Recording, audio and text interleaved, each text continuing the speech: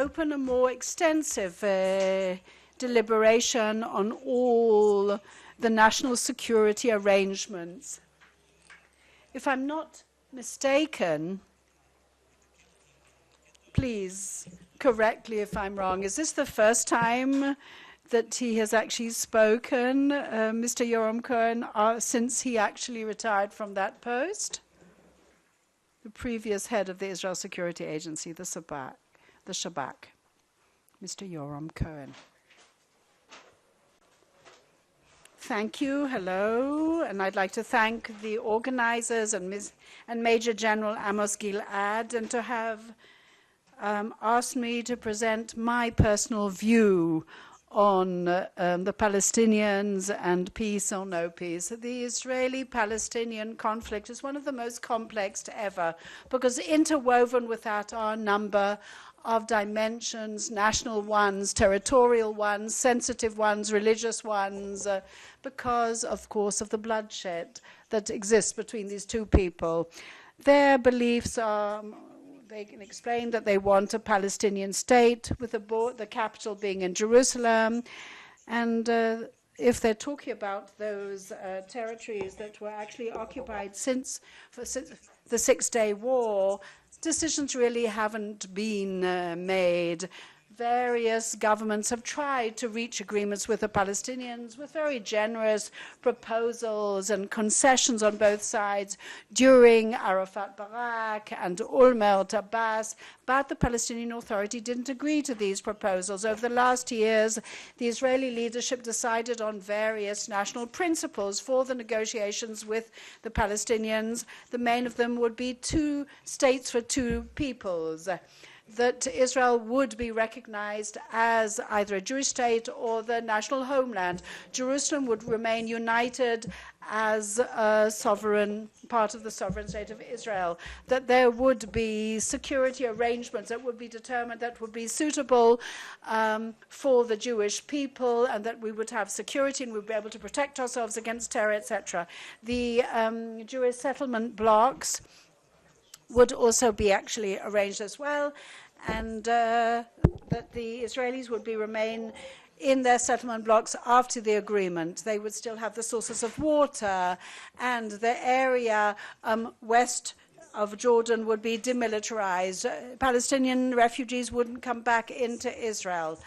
And there would be an end for those demands, and at long last, a conclusion and end to the agreement. Well, what the actual negotiators during Obama Kerry's term of office actually, they submitted these to all the leaders. They wanted a memorandum of agreement, and it was agreed on in principle with various caveats of the Israeli government on that specific document. But to my chagrin, Abbas did not even return an answer to that. In other words, basically, he refused it.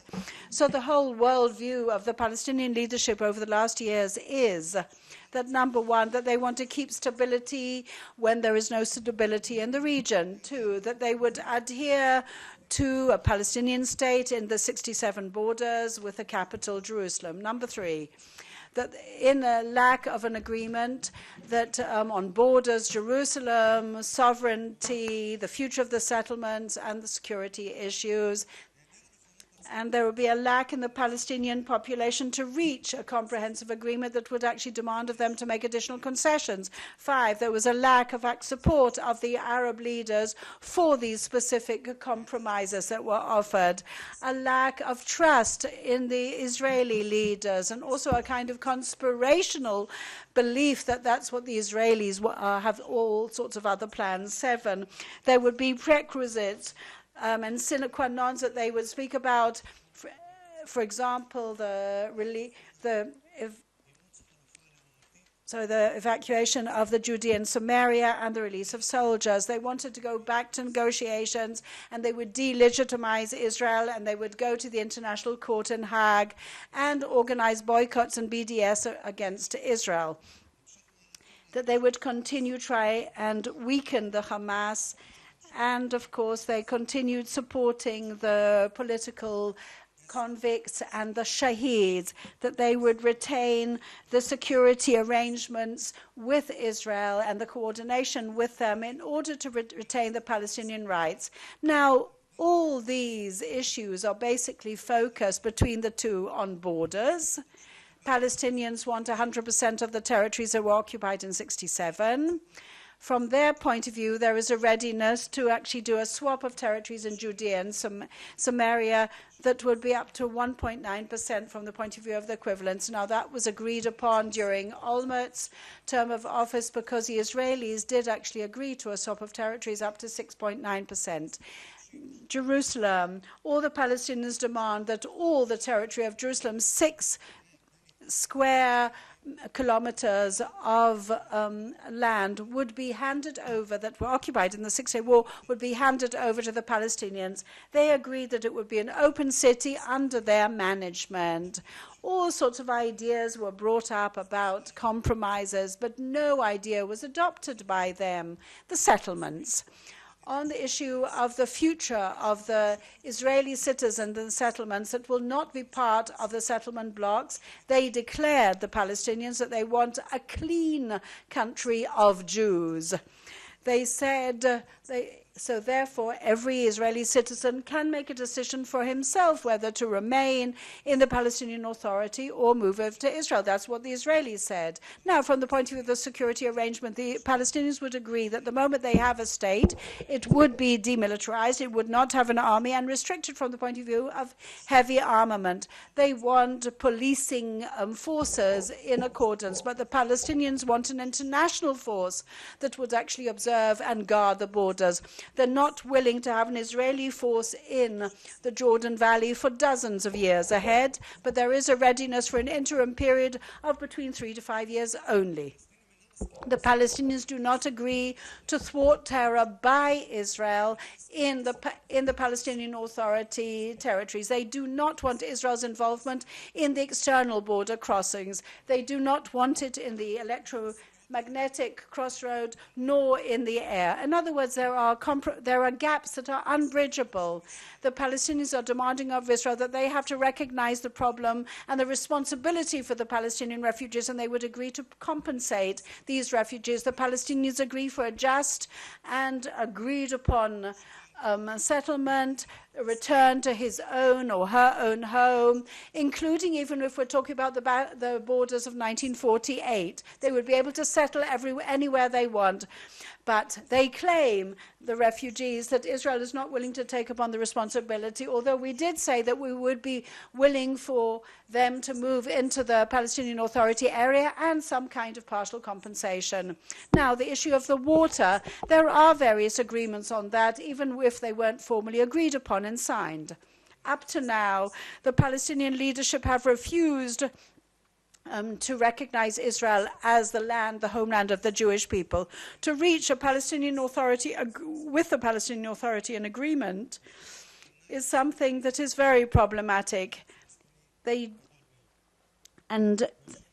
It will actually remain our character as a Jewish and democratic state. And if we do reach the agreement, then of course we would be happy that it would actually end our control of another people and end the hostility perhaps towards us. And hopefully there would be collaboration with some of the actual Arab countries and perhaps allow them even to flourish. And there would be trade issues as well and agreements. But alongside that, the agreement with the Palestinian Authority has various dilemmas and risks embedded in all that. We have to take into account that there were proposals in the past, and we have to also take into account the fact that the Palestinian leaders refused all these offers. Up to now, we have not identified any recognition of the Palestinian leadership to actually accept the core issues, and therefore there is a continuing of glorification of the shaheeds and the paying of stipends and salaries to the Palestinian terrorists who are in prisons. In other words, if we're talking about all the other issues as well, the punitory steps that should be taken, all that has not been carried out. If we're looking about Gaza, Judea and Samaria. It's created two separate entities, and it's fixating a situation. In any agreement, there will be applications on the citizens, the residents of East Jerusalem, about their status, about issues of the border, because villagers might move over to the Palestinian Authority, and there will be an impact on the fabric of their lives.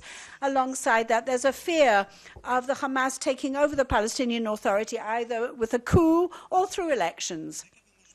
But following the various crises in the Arab countries, there is a very significant refugee crisis, and therefore they ought to perhaps limit the number of refugees that would go into the Palestinian Authority in a future agreement. The lack of stability in this region, with a radicalism on the side of the Islam, might continue for many years and turn into a chronic problem of instability, lack of security, and lack of certainty of what is going to happen here. And there may even be ramifications on the Israeli Arabs during the consolidation of this agreement. It has still not been consolidated, a model for the fabric of lives for the settlers who will remain in the territories of the Palestinian Authority. And with that backdrop of the trauma of the disengagement, the state of Israel is still not totally prepared emotionally, morally, politically, security-wise, socially, and economically to vacate its settlers in big numbers. The lack of turning things and reversing the situation. After signing the agreement, we won't be able to rescind anything that we have promised, even if we see that the Palestinians are not keeping to their promises. Up to now, I related to the gaps and the threats and the opportunities in the Palestinian opportunity, but I would like to summarize by saying reaching some kind of political agreement with them is also an Israeli vested interest, and we ought to aspire towards it. But because of these great gaps in both sides, especially on the core issues, the lack of any significant compromises on the Palestinian side, and a lack of trust in both of the sides, and the fact that the Palestinian Authority is not capable of meeting the security needs with all the terror that is nascent and taking place around us, then the possibility of reaching an agreement is very slim. As for the security arrangements, the offer made to Israel by international people, assuming that using technology we can bridge the security gaps created once Israel withdraws, in my professional understanding, it is risky and wrong, because technological means, advanced as they may be, do not give us proper response for these threats. I would therefore recommend that in advance the realistic goal be changed to a state minus, or a Palestinian state with very limited security, sovereignty, and authority.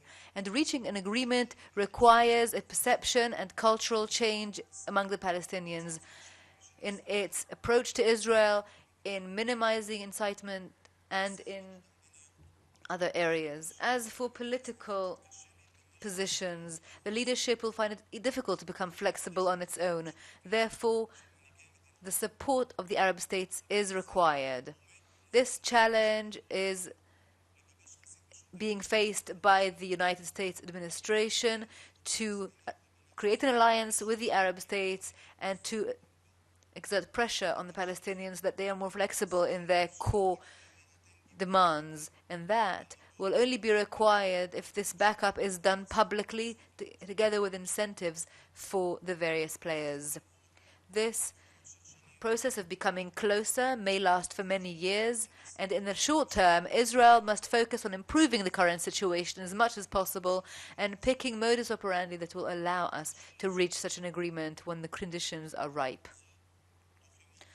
While refraining, in terms of Israel's refraining from irreversible steps that may stop any possible agreement in future, I would conclude with recommendations for Israeli policy. 1, I would recommend that Israel consolidate an agreed vision that is acceptable to most of the public on the following: Jerusalem, the borders, the blocks, and the security arrangements. 2, take action and initiate action to reduce the damage in the international arena in terms of Judea and Samaria. Continue working in terms of terror and security, in adjustment with the threats, completing the security fence, including in Jerusalem and in Judea, and continuing collaboration and coordination with the Palestinian apparatus, reducing as much as possible Israeli action in Area A, collaborating with the Palestinian apparatuses, issuing more licenses of employment in Israel for Palestinians, allowing people to come and pray on Temple Mount, and encouraging technological and economic projects and initiatives on the Palestinian side. As for Gaza, continuing with maintaining deterrence, continuing with the operations and thwarting any threat, continuing to prevent Gaza from getting stronger in terms of weapons. Qatar, Turkey, and other Muslim Brotherhood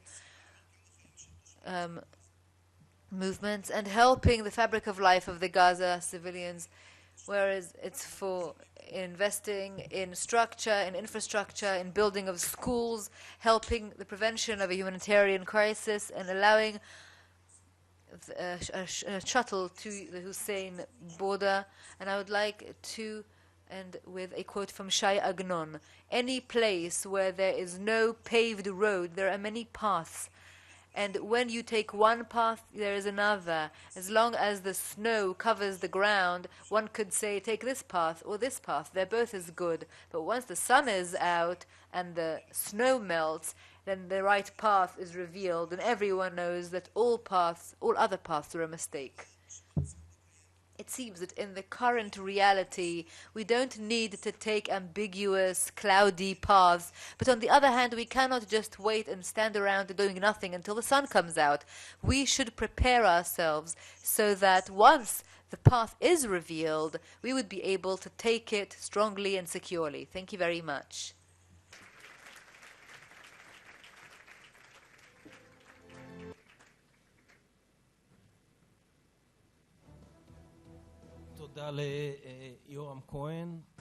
Thank you, Yoram Cohen, for an interesting and very important address, even though I'm not sure how many of the government of Israel would be happy to sign off on what he said, unfortunately. The title of this session is Peace or No Peace with the Palestinians, Implications for Israel's National Security. But perhaps one might ask, what is national security in the context of the Israeli-Arab conflict? The ruling government in Israel over the last 8 years, and particularly in the last 2 years, keeps showing us terrible scenarios of what would happen if a Palestinian state were to be established alongside Israel, claiming it would be a terror state and therefore it is an existential threat and therefore we shouldn't do it. And also with arguments such as IDF control should be anywhere between the Jordan and the Mediterranean, and that will be the only answer for a threat, whether it's a threat by a 13-year-old Palestinian girl with scissors, or rockets launched at the airport, or ISIS, or any other proxies that will come from Iran. And the international community has internalized many of Israel's demands about security because many of them are justified, and has even consolidated some possible solutions. General Jones and General Ellen's plan, although we heard what Yoram Cohen thinks of those. And the Israeli government has rejected both. And so the threshold is several levels above many of these security factors in Israel and over the last 20 years. The threats and risks that are presented by the Israeli government are real. They're not imaginary. But I think that before a panel such as this, we should look at some of the facts that are sometimes ignored. First of all, Israel is a military, economic, and diplomatic superpower, no less than that. Its firing ability in terms of the weapons and guided weapons, and it is much more than all of its neighbors put together. The same is true for its combat aircraft and its advanced tanks. And last time I checked, Israel is also the only country that can annihilate, with a click of a button, anyone within a 150-mile radius. And that's, I think, the kind of effects we should have at hand. And we have with us several experts with much experience I'll ask them to come to the stage. The first is Brigadier General in Reserves Michael Herzog, Milton International Fellow. And you were also the Secretary Advisor, the Security Advisor for 4 Prime Ministers, and was involved in all the negotiations between Israel and the Palestinians over the last 20 years. Member of Knesset Ofer Shelah of Yesh Atid, former colleague of mine in the hostile media, and a member of the Subcommittee for Security Perception in the Building of Forces in the Knesset Foreign Affairs and Defense Committee. Avi Issacharoff, Middle East analyst in Times of Israel and the Walla News, but if you don't know, he's also the creator of the series, of the TV show Fauda, a fine TV show, and Major General in Reserves Gershon Hacohen, who was in the past the head of the Security College and currently the Begin-Sadat Center for Strategic Studies. We will try and hear from our 4 experts whether national security is the number of battalions and tanks across the River Jordan, is the IDF's freedom of action. These are all very important questions, but there are other important questions, and we need to talk about those as well, as we've heard also from Yoram and Cohen beforehand. And also, what is the impact of continued occupation in the West Bank? How does that impact Israel's legitimization and also its status in the world? What is the impact of 50 years of occupation and control of another nation? How does that impact its resilience? And what will the resolving of the conflict and the end of the occupation, what will it do to Israeli economy and status? There aren't very good answers to all of these questions. Like everything in life, I think everyone will agree that we are facing a choice between one bad option and one other option, which is even worse. It's the lesser of 2 evils we must choose from. But when we clean up all the noise from all around, I think the question that we should be focusing on is very simple and very clear. And it is whether continued occupation is more risky for Israel or ending the occupation is more risky for Israel. And let's begin with you, Mike Herzog. What is more risky? Well, I would like to enter into the Israeli-Palestinian debate from the perspective of national security. And I would like to say that, to the best of my judgment, Israel has not defined where it is placing the Israeli-Arab conflict as part of its national perception or national security perception. It's true that it's not written anywhere, but we do have a sort of oral law that has been consolidated over time and has changed over time. Some people have written books about it.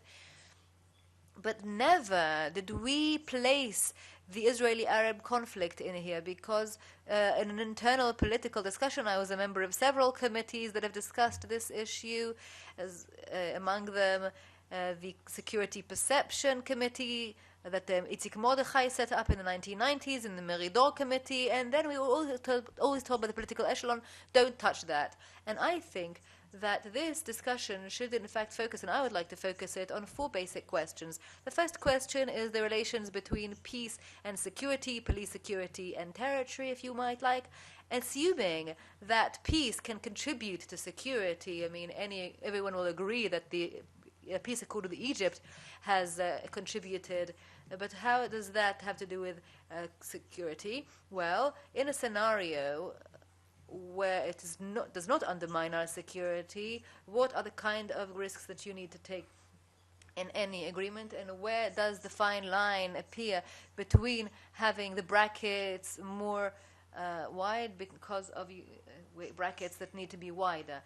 And the other question, the settlements, are they an asset or a burden for the State of Israel? And primarily, as far as we're talking about outside the blocks, assuming that there is a consensus that the blocks do contribute to our security. The third question, in the tension between geography and demographics, what is more important?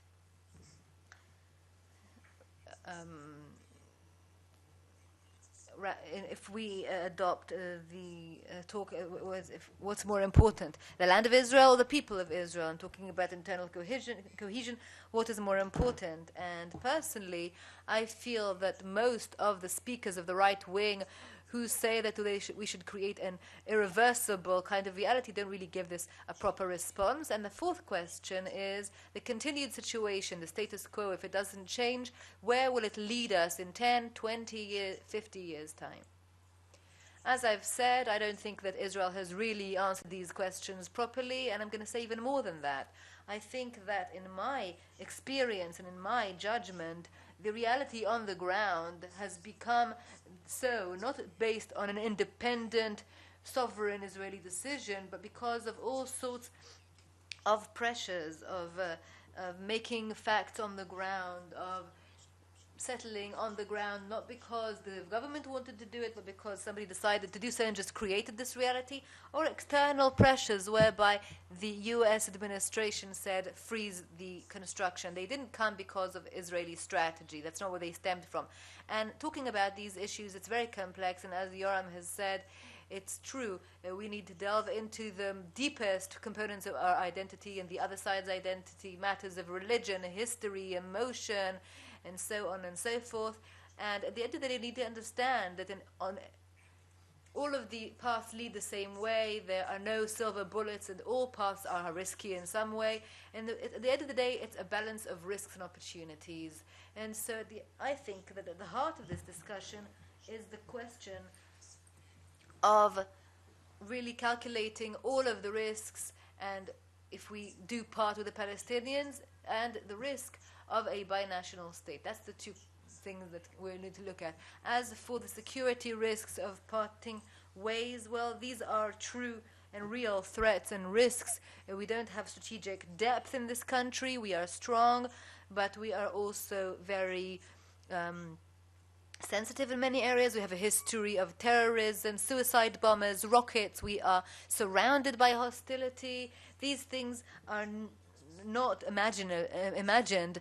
On the one hand, Israel is the strongest country in the area, but on the other hand, it feels insecurity, and that can be understood in light of all of the above. But also we have the danger of creating a binational reality if we don't part. And I'm not saying a binational state on purpose, because I believe that Israel will not agree to become a binational state, but there is a binational reality on the ground that has its own force, its own impact. And in Judea and Samaria there are about 400,000 Israelis. I'm not talking about Jerusalem. At least a quarter of them are outside the blocks, depending how you count them. On this ground there are 2.5 million Palestinians. About 10% of them are in Area C. So this entire talk of Area C, there are already there about 200,000 Palestinians. And so when you look back at where we are today, there is a mixture between the populations that is making it harder and harder to pull them apart. And in 2010, we thought that if there would be an agreement, then settlers would be evacuated. And in the Gaza Strip, we did that, indeed. But now we're saying nobody will be evacuated. That's the kind of discourse we're hearing. And I think that's impossible. When we talk about evacuating 100,000 settlers that are outside the blocks, I think it's already become impossible. And in the balance between these two risks, I believe that the risk of a binational situation is much, much worse, much more severe, both in terms of its implementation and its severity. Because in security, I don't believe that Israel, whether within an agreement or outside of it, will let go of security needs. If there will be an agreement, there will be security arrangements, and if there's no agreement, we'll still maintain security, and either way, we're a very strong country. However, on the other side of the equation, we are talking about a situation that between the Jordan and the Mediterranean, I'm not counting Gaza, there are about 60% Israelis and 40% Palestinians, and we have a few options of what to do with these people. Either give them full rights as part of annexation, and then we create an impossible reality in terms of the tension between Jewish and democratic. Even 40% Arab is a terrible reality for Israel and the end of the Jewish dream. Or else we annex them and we don't give them rights, and then we create two strata and we're not democratic. Or we create a sort of grey zone of a sort of Palestinian authority that is not really a state, and so on and so forth, an autonomy, or no matter what you call it, or a combination of all three models. And I would maintain that such a reality is, in terms of strategy, something that is completely imbalanced, completely unstable, will not last long, and you have to think really hard. What does it do for defense? What does it do for cooperation? What does it do for the future of the Palestinian Authority that might tumble and be on our shoulders, which is a very hard burden and heavy burden? In polls, a third of Palestinians think that a binational state, a one-state solution, is the right one. And I think that in the current situation, perhaps the majority will think as much and will even ask for it. What does it do for our relations with Egypt, with Jordan? What does it do for the world of the delegitimization of Israel and Israel's international legitimacy? And finally, it goes against the traffic in our region. We have countries around us that are collapsing because of ethnicity, because of tribes. And where are we going? Aren't we headed in exactly the opposite direction? Not to mention historical examples, other historical examples. I would say that the security risk there is much, much bigger than in separation. And I would just like to wrap up by saying that, according to my judgment, none of these end solutions that are mentioned are desirable or possible. Annexation is a hazard for Israel, as is partial annexation. I don't believe, as a person who has spent more than 20 years in negotiations, that we can reach an agreement, a permanent agreement with the Palestinians. The gaps are too big to bridge. I believe that what Yoram said is true. We cannot bridge these gaps these days. I don't see any leader who will be able. We need leadership from various directions, Israeli, Palestinian, and international, and therefore we should really discuss the interim range, meaning not to close the window for parting, but to keep it open. Here too, the discourse has changed from two-state solution to keeping the window of two states open, and it needs to be multidimensional. Anyone who thinks that you can take just one dimension and take care of it, just like a political horizon, you'll get nowhere. Okay, I would like to now move on to you, Gershon Hacohen. You heard how Mike Herzog presented things, and I'm certain that you agree with every single word he said. But you know, I would like to talk because I just want a little bit.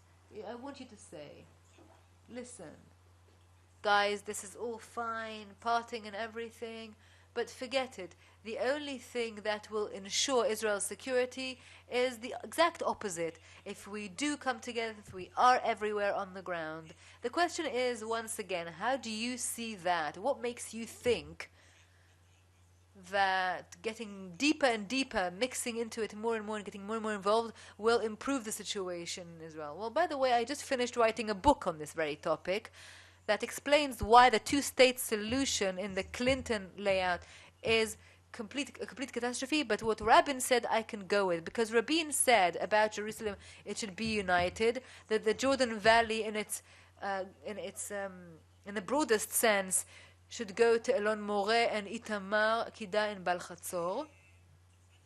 And of course the passages to them is Area C, which is essential to Israel in terms of security only, but first and foremost in terms of the space, because Israel cannot live in this narrow strip by the coastline. We are more than 8 million. There are 10 million living here. Look at all the roads. They're completely full. Because there's so much traffic. But how can we go back to 67? Because there was far less than us. If you're 67 years old, you can't go back to wearing what you wore at the age of 40. So it's just a means. It's not the end. That's what Ben-Gurion thought as well. I would like to quote from the book that I have just published, called What's National About National Security. And I would like to quote Ben-Gurion, who said, "Security is only a condition for our existence and independence. The State of Israel has a special goal. Every country has to make sure that its inhabitants are safe. Just because we have a big vision doesn't mean we don't need to take care of education, sewage, hospitals, etc. But that's not the main issue. The key trend of Israel is to have all of the Jews come to Israel and salvation." And I say that to the American generals that come and visit and meet it. And I say, forget about security. The story is first and foremost about the land of our forefathers. And the land of our forefathers, if Tel Aviv is not a gate to Jerusalem, then Brooklyn is on the verge of the Mediterranean. And Jerusalem is not Rechavia, it's Temple Mount. What do we do with Temple Mount? Time will tell, but that's a direction. And Jews pray for it and take the words of the prayer very seriously, except for the US Jews, because when we say rebuild the temple, what do the American people say? Tikkun Olam. But no, I mean the Temple Mount, building the temple on Temple Mount. But now let's move that into the world of practice. No, it is the world of practice. What will it look like? Well, first of all, if we talk about the world of practice, if we look at the bottom line, the Brigadier General Herzog here brought in a whole issue of risk management. And in his risk management, he said he would prefer the narrowing down to a state that would actually be guarded with narrowed down borders with a Jewish majority. I'm willing to take the risk of a struggle on the actual identity of the Jewish state from the Jordan to the other side, and I would rather argue about the actual facts here from, let's say, Nablus to Netanya. They're here in Hamas. There are all sorts of ideas developing, and there are all sorts of accumulations that are actually happening alongside that. And IDL won't know how to actually do it. But how will you run that kind of struggle for the sake of the identity of a Jewish state? I mean, for me, it is, I don't talk about theological issues like the halacha and things like that, not in the Bnei Brak. I'm talking about a Jewish kind of sort of wide variety of an agenda, with various characteristics. I mean, you talk about 45% that will not be Jews, so how will it look like? Well, when I see an Arab, and we see there is no rain, he says, oh my gosh, God is angry with us. And I agree with that. And I believe exactly the same as him. And I get on beautifully with him. I mean, that kind, and he's showing with his hands, that kind of mixture is so much better than the binary kind of separation that he's now showing with his hands as well. Just to go into the Gaza Strip is a real operation. Who wants to actually go ahead with that? Look, will you give him the right to vote in the Knesset? Yes, I will, because there's nothing better than what you have. What you have is the best. So yes, if 2 million lives in the Gaza Strip, 2 million Arabs live in the Gaza Strip, and I want to develop it because that is my vested interest, and I want to do the utmost so that they will flourish and burgeon. And what is left in Judea and Samaria, I'd like to give them two possibilities. Either go to what Rabin here suggested, or what Yoram Cohen just suggested now, a state minus. Or please, let's go for that. Or if you want nothing or everything, then I'm willing to take it back and control you. And then be citizens, if that's all you want in that kind of state. But I think that national security, even in his definitions, according the IDF and the IDF literature, it says that national security deals in the actual ensuring of the country's capability to deal efficiently with any threat. What are the threats? One, about its actual existential situation. Two, are the national interests, and that is something that beyond a little antenna here or antenna here. That is something that we have aspired for and we yearn to come here for. And that is not only security, it's far and beyond that.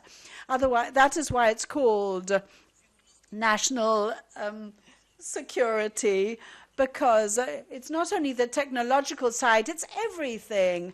And that is the connecting point to actually the question is, why are we here as Jews or Israelis? Just like in any other place in the world, a Frenchman can ask, why are we here? This is because our national vested interests are much more widespread and sort of more across the board than just national security interests. Thank you very much, Mr. Ofer Shelah. You'd be perhaps surprised, but some of Gershon's definitions I do accept, because I believe that do we want another 2 million Palestinians with a full citizenship and a right to vote from the Jordan to the sea? Let's try and analyze these ideas. How does actually Israel define itself? How did the forefathers and the pioneers define themselves? It was the national homeland of the Jewish people, which is a Jewish and democratic state.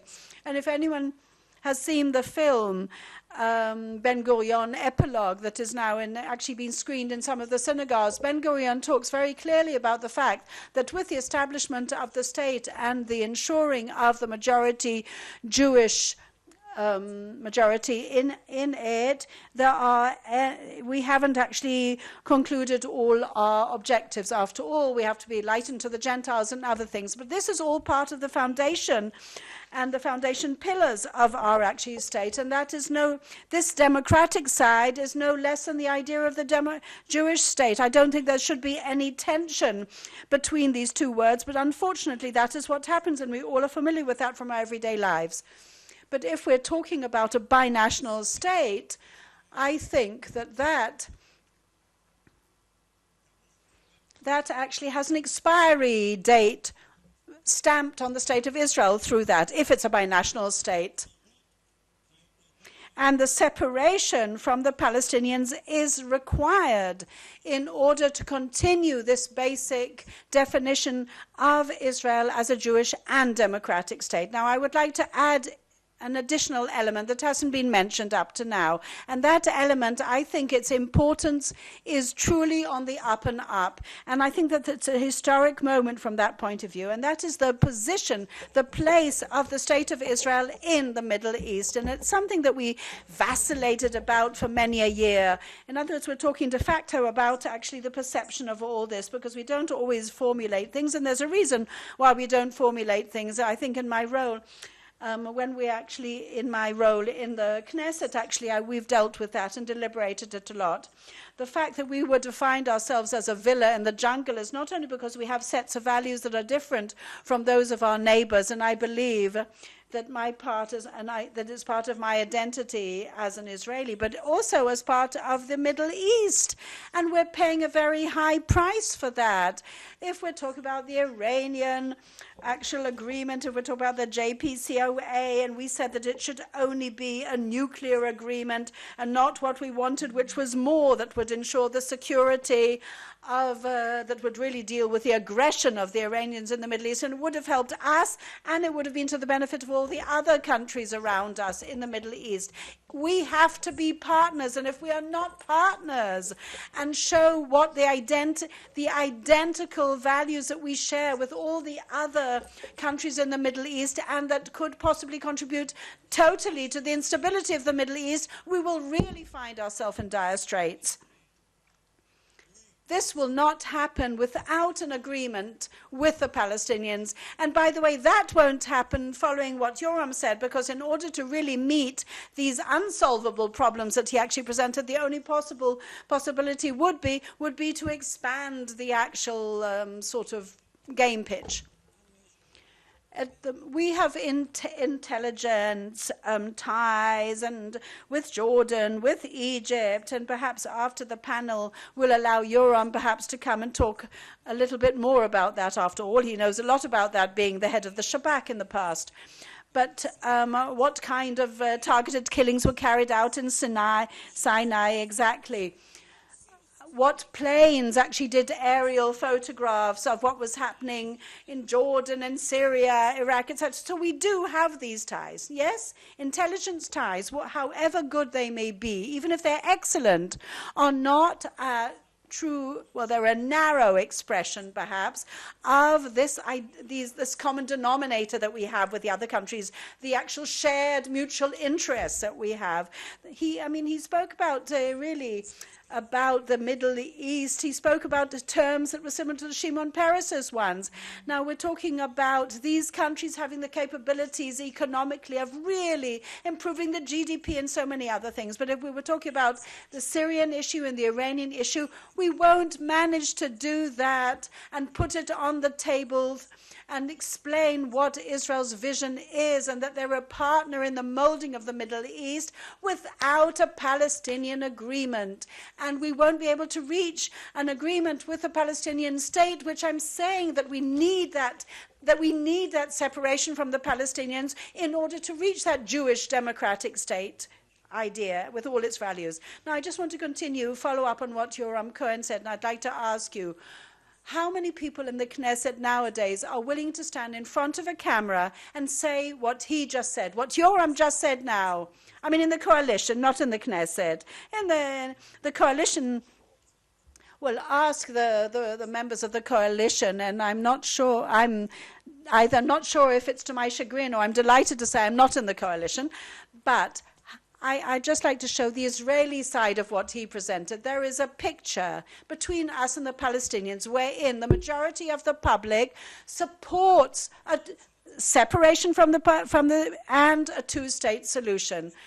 But they don't actually believe that they're actually going to envision it and see it. So this is an issue of leadership more so than a worldview issue. So it's the leadership is a problem. No, and I agree with you that most of the public want an agreement and they want everything, and that's hunky-dory. But according to what I have described and seen, and you can ask Anat Belko, she's in the first row here, ultimately most of the votes are against it. Barak, how old are you? I've got a Peter Pan complex, so tell me. I'm 37. That age never exists. I mean, it's just too young. Okay. What happened 40 years ago when Menachem Begin came and he said, I want to be buried in Yamit, which was in Sinai. And the Minister of Foreign Affairs said that it would be better to have peace without Sharm el-Sheikh than Sharm el-Sheikh without peace. And then they gave back every grain of sand in the Sinai. And so had there been a referendum or a survey at the time or in on politics in May 77, when Sadat landed here, it was 95% in favor of that. Before that, it was barely. So in other words, do you believe that after 80 years in office, Bibi's going to turn into Begin? No, I never said that.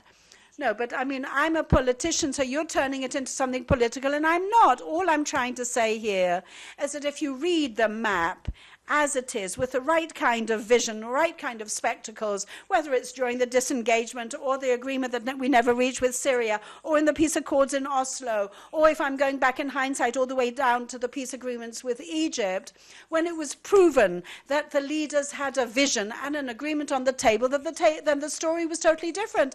And Bibi Netanyahu, the issue is something different. It's not what he says. I'm willing to sign his Bar-Ilan speech.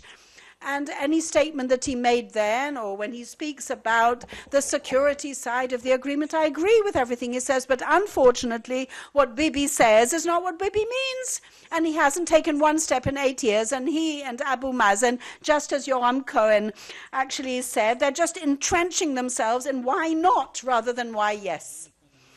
Now, Mike Herzog said just a few minutes ago that there is a question here on the table that there needs to be a decision made that Israel is running away from, and perhaps at the end of this decision, at the end they will have to because of reality, and they will coerce this decision upon us, this decisiveness. And maybe Mahmoud Abbas, after all, he's not getting any younger, and maybe one day we'll get up in the morning and Mahmoud Abbas won't be there anymore. And then, in your opinion, what's going to happen here? It's not simple. I think that the developments the day after Abu Mazen I'll talk about that in just a moment. It's because I'm trying to represent what the Palestinians think, so immediately they lowered my microphone level. I think that the threat on the day after tomorrow is definitely not certain. Gershon Hacohen on a Fridays runs faster than me on Yahav. No, you run faster than me. No, you run faster than me. Okay, let's not have a competition. But he's the winner, nevertheless. But anyway, Gershon Hacohen said that he would rather contend with the situation of the Jewish identity than the situation of the option of sending battalions from Netanya to Tulkarem. But even though I am not a big expert on defense, I think that on the day after tomorrow, when I look at Palestinian youth, at young people who are Palestinian, that's what I'm worried about. I call myself a Zionist, a Jew, any other title you want to use, but these young people, this youth, hate the state of Israel. But it also exacerbates, it also gets much worse.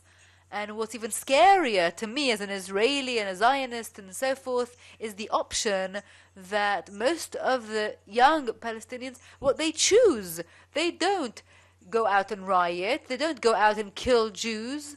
It's less fashionable these days in Palestinian territories. And you'd be surprised. I know that many people think that what all the Palestinians care about is how to kill Jews, but I want to give you an anecdote as an example, just to open your eyes to what is happening in the Palestinian public, or the Palestinian young people at least.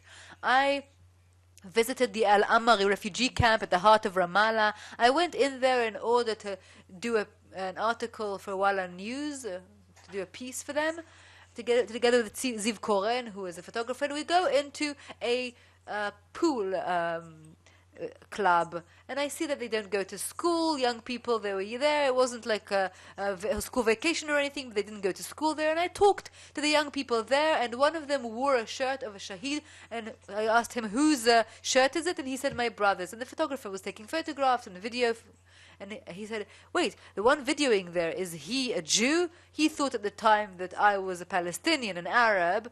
And of course, I had to sell out Ziv Koren, and I said, yes, he's a Jew. And that's why you go and run, right? That's why you're training and running. And I said, but listen, I'm also a Jew and an Israeli. And he said, ahlan wa sahlan. And his shirt, as I've said, was of a martyr. And I said, he said, you're a Jew, and where are you from? And I said, I'm from Tel Aviv. And he said, can you get me a job in Tel Aviv? And I understood that what the young people of the Palestinians think about mostly is their job. That's what they're worried about. They're concerned about how they're going to make a living. And what's concerning more is that more and more young Palestinian people don't have a future, not only politically, but not economically either. When you look at the Gaza Strip, 67% of Palestinians, 67% of Palestinians are unemployed. I want to repeat that number, just so you understand. 67% of Palestinian or young Palestinians, 18 to 29 years old, are unemployed in the Gaza Strip, and that is just incredible. And as Mike Herzog said, these young Palestinian people want a one-state solution more and more. They don't want the two-state solution, and that is the strategic risk to the state of Israel. When I look around in the Middle East, I say, okay, the situation in Syria, okay, they're currently in a civil war in Syria. That's no strategic danger. And even Hezbollah, at the heart of the civil war, even Iran, I mean, they don't have enough energy right now. They're invested in Libya, in Yemen, in Iraq, and they're waiting with Israel. They're not there yet. But when I look at the danger, it is this Jewish democratic state. That is the risk, as Mike Herzog said. And as for the Palestinian leadership, look, Abu Mazen is not a young man. He's 82 years old. To me, he's a partner. I see him as a partner for peace. Yes, Abu Mazen is a partner for peace. Why? Because he is the one who is in control of the Palestinian Authority, the Palestinian public. He's not popular, he's not very young. It's not like my favorite dream of a Palestinian leader, a partner for peace. But what can we do? We cannot choose our negotiation partners. But he is a person who is still in control of the people on the ground, and we can negotiate with him. You know what else I'm worried about? That's the day after tomorrow. Because when I look at the Palestinian leadership the day after tomorrow, and we think that we can find someone who's more moderate and prettier and younger than Abu Mazen, we are very much mistaken. The current most popular leader of the Palestinians, if you're wondering, is Marwan Barouti. And if we were to have elections, God forbid, in quotation marks, then Marwan Barouti will win those elections from prison. I don't think we'll get to elections because the PA or Hamas or the State of Israel, none of them want to go to elections very soon. But I do believe that in the next generation, in what is waiting for us the day after tomorrow, there are many threats, even more than today. Then I'll tell you something. We won't have elections, but what will really the reality on the ground be? If we wake up in the morning, when you wake up in the morning, and a source of yours from the Muqata'a calls up and says, Al-Ghais Rach, what are we going to do? What's it going to look like? Well, I would estimate that we won't see elections because elections, again, are supposed to include East Jerusalem, the Gaza Strip, and the West Bank, Judea and Samaria, sorry, says the speaker. East Jerusalem, The government of Israel will not let that happen. Judea and Samaria, I'm not sure the PA will be too quick to do. And Gaza, of course, Hamas won't be too quick to do that. So what are they going to do? The Court of Constitution will convene, and the leadership of Gaza will convene, and the head of the PLO will also be the head of the PA in practice, de facto. And then where are we going to be? In a situation where the Central Committee of the Fatah, in practice, will nominate or appoint the head of Fatah and the head of the PLO, and that will be the person who will lead the PA. Well, that's very calm. And who is it going to be? I don't know, but I think that, let's say now there are a few personas, and if I tell you their names, then they won't be elected for sure, they won't be appointed for sure. But Avi, do you see a scenario in which because when Arafat died, there was a process. There was Ruch Iftuch, but the day after tomorrow, will not happen? I mean, I know that many people in the cabinet hope that there'll be a sort of a huge war, everyone will be at war with one another, and as Zev Elkin said publicly, that we're going to turn it into some sort of like Emirates. I think the basic instinct at the end of the day is that Fatah will override. Because even though it is very split, and we see what's happening now with Muhammad Dakhlan and Abu Mazen, and how he's trying to weaken Abu Mazen by getting petrol into the Gaza Strip after Abu Mazen said, let's not let more electricity into the Gaza Strip. But the bottom line is, I think Fatah is a bigger survivor, a better survivor, and therefore we'll see some sort of mechanism that a chairman will be elected, whether it's Jibril Rajoub or Mahmoud al-Alul, or maybe under some scenario Faraj, even though he's not a part of the committee. I think that we'll see that Jibril Rajoub, who is the Secretary General of the committee, or Mahmoud al-Alul, who is the deputy head of the PLO. I think we may see people convening and converging around them, and then they will be potential chairman of the Fatah. Mike, you were in almost all the negotiations over the last 20 years, and I would like to focus with you on one round of negotiations that you were involved in that secret channel between Israel and the Palestinians, that clandestine channel where you worked with attorney Yitzhak Molcho, who is Netanyahu's advisor. On the Palestinian side, it was Hussein Aga, who was very close to Abu Mazen. You worked on that channel for many years, and it reached a crescendo at the end of 2013. And what I'd like to ask is less what happened there, but more, did you draw a conclusion from all of that? And is that conclusion, where is Benjamin Netanyahu in terms of his understanding of the situation? What does he want to do? Does he want but cannot, is incapable of, or does he not want any such agreement? Where is he? Well, I would say it very cautiously, because I really don't want to go into exactly what we had there, what we did there. But I would like to say that, in my opinion, analytically, intellectually, he understands the danger embedded in a binational reality. I think he doesn't want to get there. He understands the need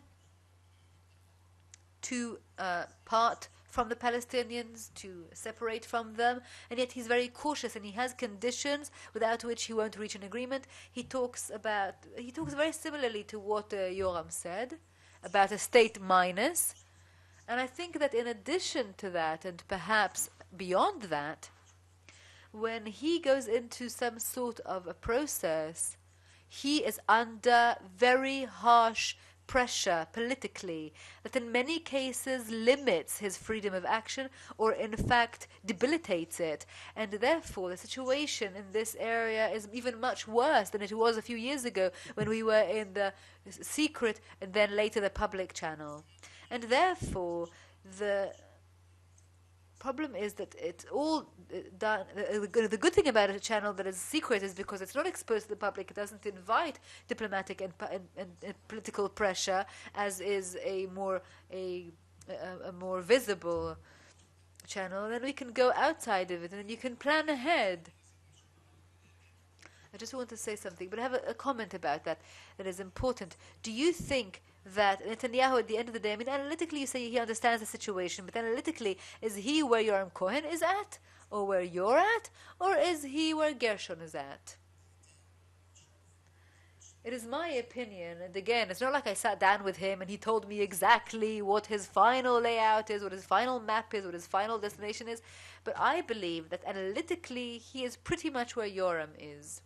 But I would say once again that he is dealing and grappling with various strategic political considerations, security considerations, political considerations that are very, very heavy, a heavy burden, and that sometimes dictates his course of action. Now, the secret channel, if you now take a poll and ask the public, do you agree with an agreement that is going this way and that way, I would say that the majority would say no. But if you give them the exact same agreement as a done deed, fait accompli, something that you can't do anything about, the public will go ahead with it and say yes. And that's why we wanted the secret channel. We wanted to reach an outcome and present it to the public as a done deed.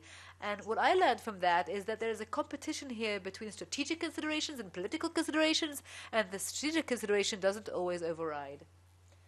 Gershon, you know that you are of minority opinion. You know you're of a minority opinion among those, or at least your people who are in the defense system with you, but also in the public. I'm not sure about that. That's my estimate. And I would like to ask you, at the end of the day, your approach sounds almost like at the Miss Universe pageant. We'll live with one alongside the other. The values of Judaism, everyone will get everything. It'll be lovely and wonderful. But what I'm trying to understand is, nowhere in the back of your mind do you say, maybe I really want it to happen, but I understand that it may be a disaster? No, I pray that it won't be. Because here too, I am not the same as Netanyahu, because I was never a revisionist. I was never even in that direction. I was part of Achdut HaAvoda, Galili, Tabenki, Nigal Alon. Talk to Bogi. He's looking for people for his party. Because the Achdut HaAvoda view is, as Marx said, his criticism over the philosophers who interpret reality, and what's important is to change reality. I want to change reality.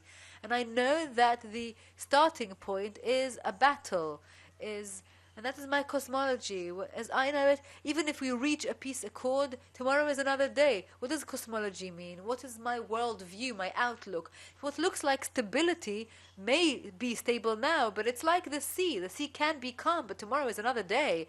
And it's the same with married life. That's why Jews, when they get married, instead of saying love to death, they just read a contract, and tomorrow is another day. Does your wife sign those things that you're saying? Does she sign off on that? Well, it's like your Peter Pan complex. That's a story for another day. But in this place, as an outlook of a struggle, I know where I'm headed, and I perceive reality as ma'ahaliya. What does it mean? As like the Islamist outlook, whereby biblical Judaism is much more Muslim than the Judaism of the U.S. I say when I came from Judeo-Islamic orientation. Why? Because I'm a biblical man. What does it mean, ma'achaliya? It's a gradual theory. I will read you a quote of Ben Gurion. Really, something so brave, how he explained it. He was a leader. He explains it as follows. During the War of Independence in September 1948, he wants to take over Hebron and Ramallah all the way to the Dead Sea, and the cabinet, the government, won't let him do it. And he calls it a disaster for generations to come. And he said, my mission at the UN will be to thwart the Bernadotte waves. The King Bernadotte became a rival both for us and Abdallah, because he wanted to internationalize Jerusalem. So Abdallah and Ben Gurion are both together against Bernadotte. And even when I talk about the 29th of November plan, it doesn't mean that the partition plan will be something sanctimonious that nobody is allowed to touch. When I touch upon this decision, it doesn't mean that we shouldn't set up a state on this part. We have demanded what we wanted, but we got what we could get. But we never said it was going to be our maximum. We announced that this is our minimum. So in that sense, dreams we do not negotiate over, not I nor the Palestinians. I hold them in highest of respect, but I do not negotiate over my dream, and neither do they, and therefore they will not require me to sign off the end of the conflict, and they don't. In that sense, I'm an Arab. I'm willing to do something as long as it allows me an opening for my Aliyah for tomorrow. That is my starting point, and the Arabs know that farewell. So Ofer, tell me, Gershon just read out Ben Gurion to you. Look, even Ben Gurion said as much. Yes, but what Ben Gurion did is sign off the partition plan. And what Ben Gurion talked about in his later years was the need to part ways, to separate from the Palestinians or from the Arabs in order to maintain the Jewish and democratic nature of Israel. And everything that Gershon has said, even about his cosmology as he calls it, I agree with. But in matters of state, you do it, and when he talks about ethos, I completely agree with, but when you are managing a state, you do it in reality. And I think that Mike has touched upon the key point. The key point is a matter of leadership, because at the end of the day, as Mike said, I don't want to come out and say that I know what Netanyahu says, but I know I can look at his actions. And his actions, as Mike said, that intellectually speaking, he understands what we understand, what I talked about before. It's an issue of leadership, and if the considerations are political ones, then that's very bad. We need to look behind us and say which leaders have overcome these political considerations and where have they taken us, and ask ourselves, vis-a-vis this basic fundamental issue, do we need a leadership that can perhaps overcome these? We don't have enough time, and I just want to get that. Okay, so just let me say the final sentence. 1 minute. Our joint lives do not end here. Yes, but our joint lives here in this room will end in 3 minutes. Yes, okay, but you need to let Avi speak as well. But the point is this window of opportunities in the context of what I said as well is not infinite, and I think it's about to close, and not just because of what Avi said about the day after tomorrow among the young Israeli Palestinian population, but it's because there's not enough attention and stamina and how much the U.S. administration, the current U.S. administration can take, because Russia is now in the region and is playing with this axis, and the axis is against any arrangement, whatever it is, because it plays into their hands. This leadership is required, and right now. So I want to ask you about that. Let's say there'll be elections next year, as the chairman of your party believes, after he believed that they'll take place last year and this year. Well, there'll be people in the intelligence that since 1980 they said Assad will die, and then he died in the year 2000 something. And by the way, I have a joke about that, a very funny joke for our host Amos Gilad, but we don't have time right now. Yes, it's a painful point. By the way, Farkas solved the time when they asked him about Arafat. He said either he'll die or he'll live, and that's how he solved the problem. But I want to ask you, let's say we have elections, and we'll wish you all success. Let's say you are all winners and victorious, and you're all part of the government. What will be the three things that you will do during the first 100 days of grace in order to really implement everything you've said over the last 50 minutes? Practical steps. One thing, not even three. We will announce all of the practical steps that Israel will lead, will spearhead, not be dragged to, not wait, not ask itself, what will they say in Washington, to a regional process. But a regional process is just a slogan. No, it's not a slogan. It's practical. It's practice. At the end of which there will be a convention or a summit, but a process in which Israel and its neighbors will arrange for a place for Israel and also for parting from the Palestinian. Avi, I assume that if you were to tell the average Palestinian or Abu Mazen's advisor what Ofer just said, and he'll say, okay, one more process, and he'll laugh. No, I think the Palestinians are coming close to wanting a process, a peace process, and I think it's also Abu Mazen's interest to want negotiations, since the alternative is what Hamas is selling to the public, which is war and more jihad and so on and so forth. But I would like to end with Israel's defense or security perception. It's a bit strange, but part of the current security perception of Israel says the survival of the PA. We want the PA to continue being in office, to continue functioning, to continue surviving.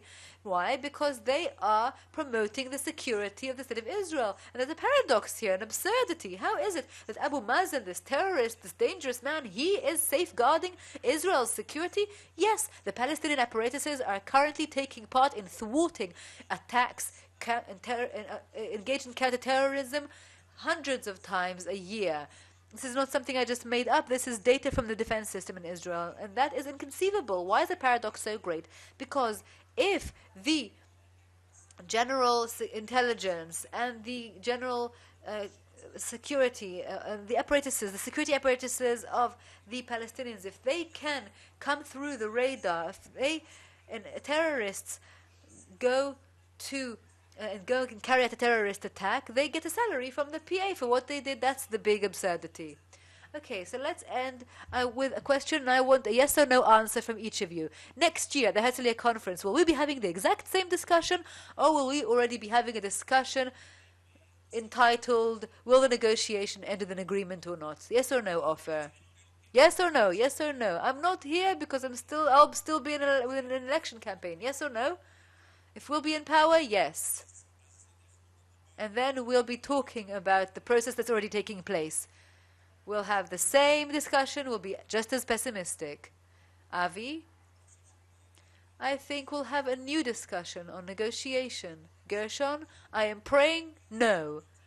We'll be in the middle of a battle. Okay, I believe we'll see each other doing the same thing next year. Thank you all very much.